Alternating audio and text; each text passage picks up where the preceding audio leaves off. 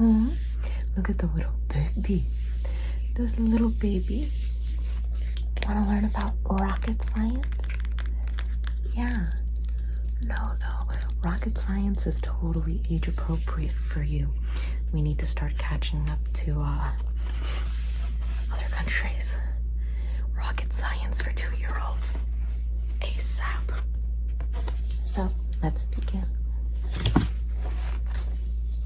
This is a ball.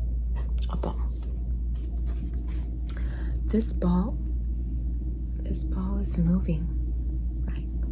Simple concepts. Ball is moving.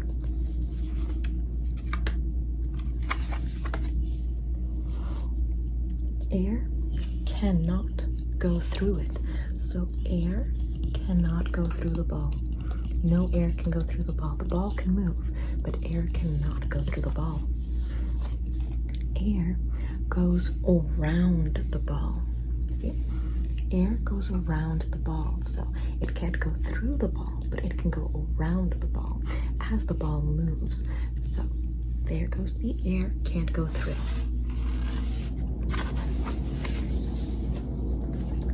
Change the shape of the ball. So if you change the shape of the ball, so in this teardrop shape, for example, if you change the shape of the ball, you change the airflow. So if you change the ball, just like this, then you're going to change how the air works its way around the ball, or around the shape, around the object. So if you want the air to go a certain way, you shape the ball in that particular way. And you can also change the angle of the ball to go downwards or upwards, or in whichever way you see fit or want to make it. So that way you can deflect the air downwards if it's faced in this angle. So if you put the ball downwards, you can change the airflow to go downwards as well. If the air goes down, so if the air goes down along with the shape of the ball, if the air goes downwards, then the shape will go up right here. See? If the air goes down, then the ball itself will go up.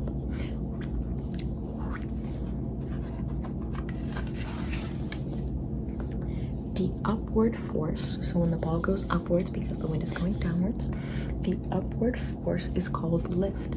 So it's like when you're on an airplane, the air that travels around the airplane, sometimes there will be an updraft because the wind kind of circling around that then will lift the plane, and it's also called a lift, where you just kind of feel that sort of motion as it goes upwards or flutters upwards. This is the shape of an airplane wing. So this is the shape of an airplane wing. I'm sure it's not a coincidence.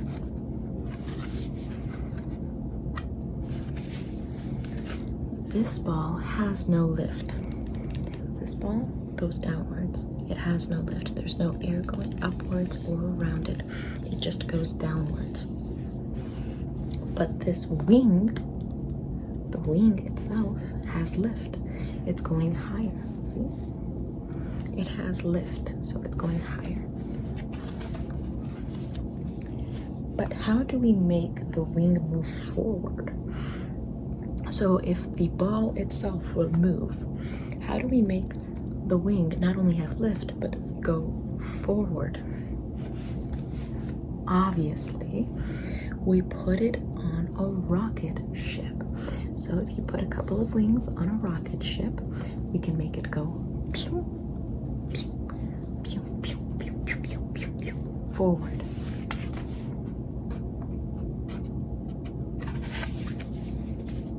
This ship is full of fuel. So we have the wing here, we have a wing here, and then we have a ball in the center. If the fuel goes out,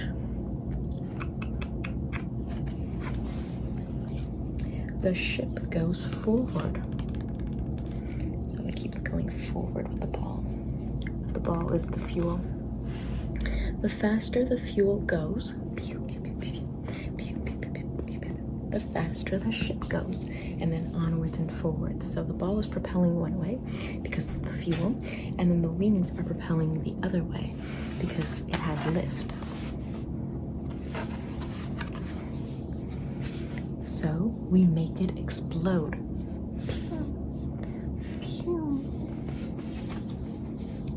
The forward force is called thrust.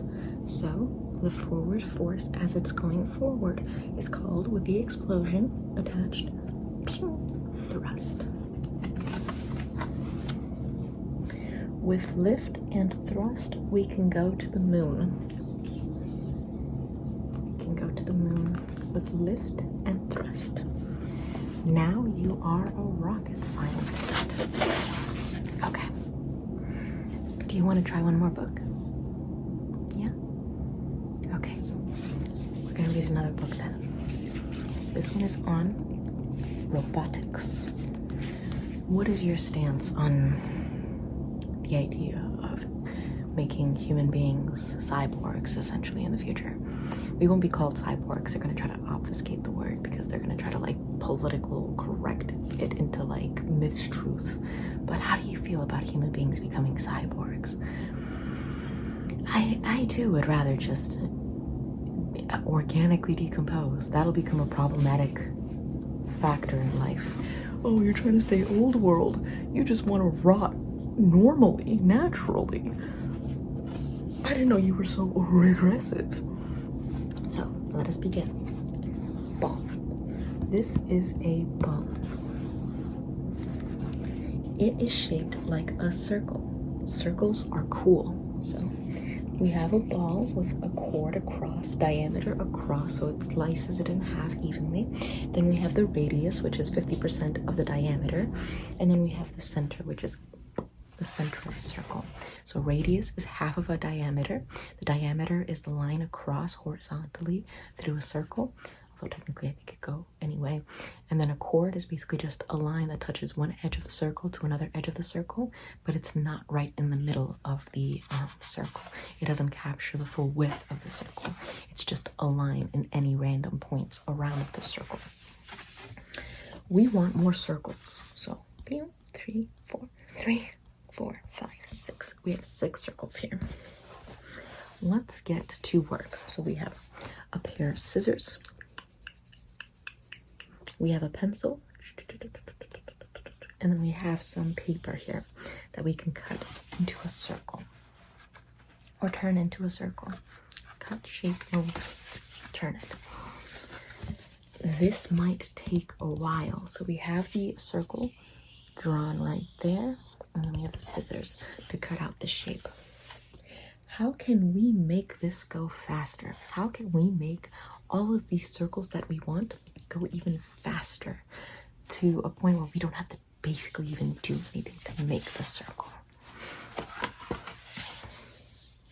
Maybe a tool can help. Here's a tool. It clearly cuts out circles. So if you want a circle to be cut out easily, so that way you don't have to draw it each time and then cut it around, you grab this tool and you just pump it into each piece of paper. This is a circle, and this is a circle, and this is a circle, and this is faster. It's a quicker method. But the circles are not quite the same. The circles are not quite the same. They all have different little ridges that kind of identify them or make them unique, because it's just like a simple handmade tool or handheld tool. How can we work faster and make the circles exactly the same? No little individual detail touch, no little fine lines. We want to make sure that this is quick, impersonal, and perfect. Flawless. Flawless. Maybe a machine can help. So here's the machine that we want to make our circles with.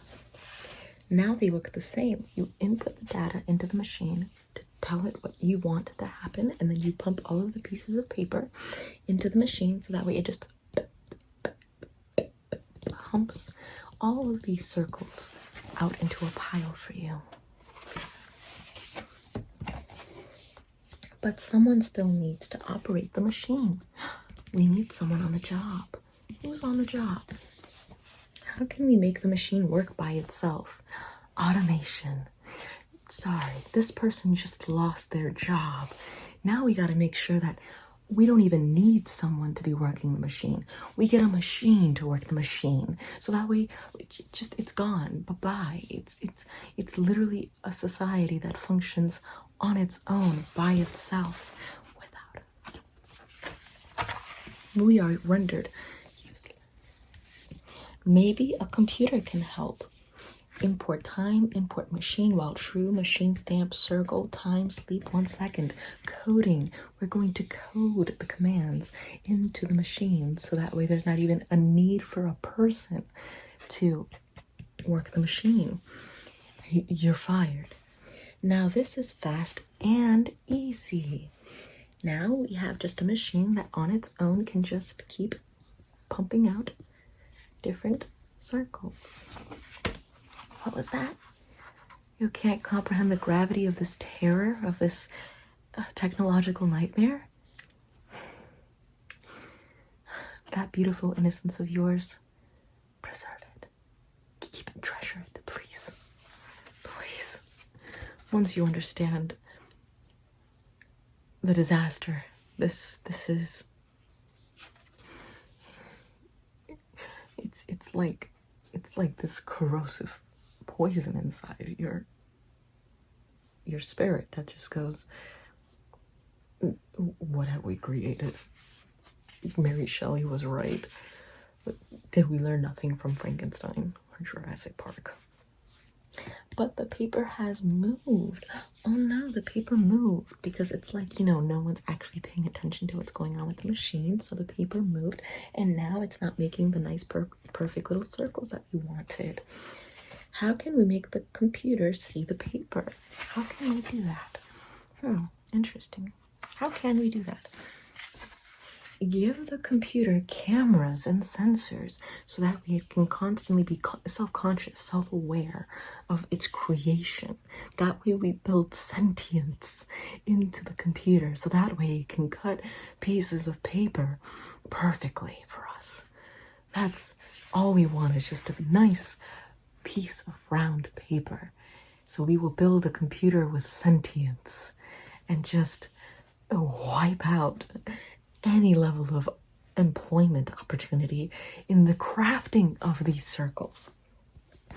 Now listen here to me. I know you might be 2 years old, but you need to catch up with this, all right?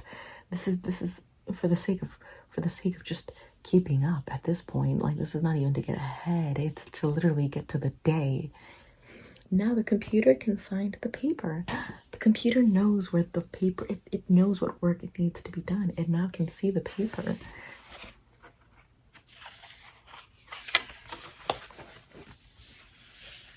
But the computer can't move the paper. Oh no, the computer, although it's self-aware, it can't really, the computer itself, it's like it knows it exists. It knows it's doing something wrong, but it just can't fix it. It doesn't have the capacity to fix what's wrong with it. It knows what's wrong, but it can't fix it. Give the computer an arm. That should help. Now it's a robot. So the computer not only has sentience, self-awareness, it now has an actual appendage. Fascinating. It's so human-like. It's just... Robots make circles faster, better, and automatically. So... amazing. Look, we have so many circles now. At what cost? Now you know about robotics. I hope you learned a lot today. I hope you can treasure this moment right now as the good old days before more and more of our lives get consumed by technology and we're just enslaved to it under the pretense of freedom. At what cost? cost have we sold our souls, our freedom, our lives? Everything that's meant to keep us alive and living, everything that we live for. Stolen and replaced by a screen filled with screams. To me, I don't know if 3-year-olds have existential crises, but you gotta start feeling them. That's the only way you can